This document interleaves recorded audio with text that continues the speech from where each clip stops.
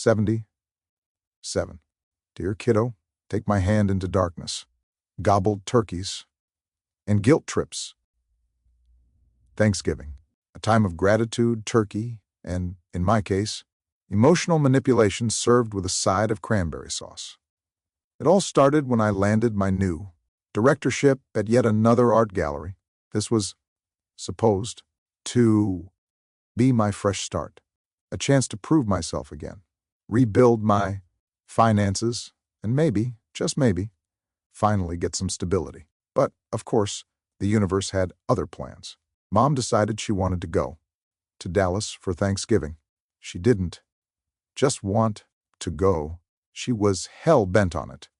She was also hell-bent on me going with her, because, as I had learned the hard way, nothing said family bonding to Mom like forcing me into emotional hostage situations. It was just like the babycation all over again. The problem? This was my first big sales weekend at the new job. I was still on probation, still proving myself, and still figuring out where I stood in this new hierarchy. I couldn't risk it. This was one of those obvious, no-brainer decisions that any reasonable adult would understand. Not Mom. Oh no. Logic was no match for her feelings. I tried to explain it to her.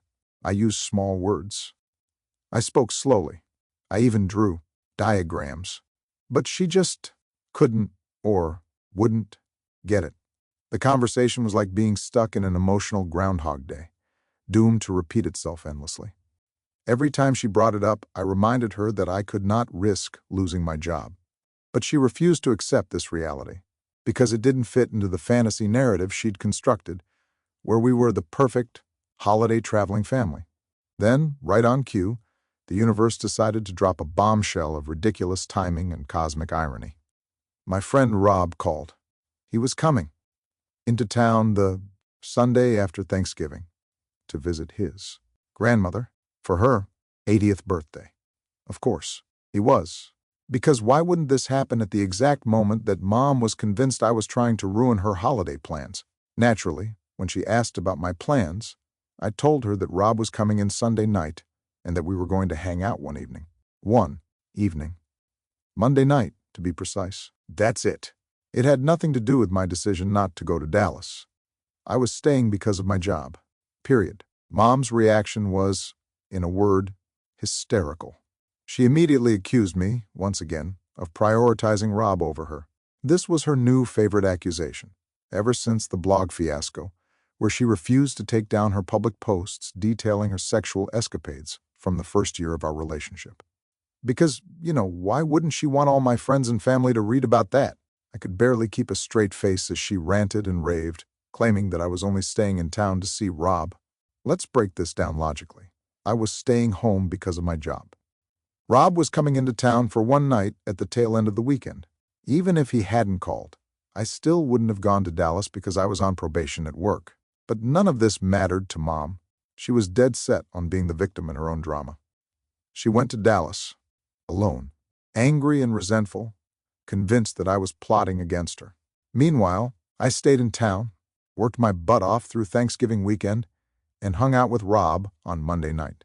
We caught up, laughed about old times, and I tried to ignore the nagging feeling that this was going to come back to bite me. Spoiler, it did. Then, just after Christmas, the owner of the gallery called me into her office. She couldn't afford my salary. Apparently, it was too high. I almost laughed out loud. I'd been trying to save her failing gallery for months, but she refused to take any of my advice. I had been watching her make one terrible business decision after another, like she was trying to set a world record for most financial missteps in a single fiscal year. She was sweet, though. Nice as pie. Just clueless. She didn't understand the first thing about running a business, and her refusal to listen to reason was exactly why the gallery was failing. She just didn't have it in her to make the tough decisions necessary to keep the doors open. I realized she didn't need the business to succeed. It was a vanity project, not a source of income. She let me go. I walked out with a smile on my face. It was a blessing in disguise.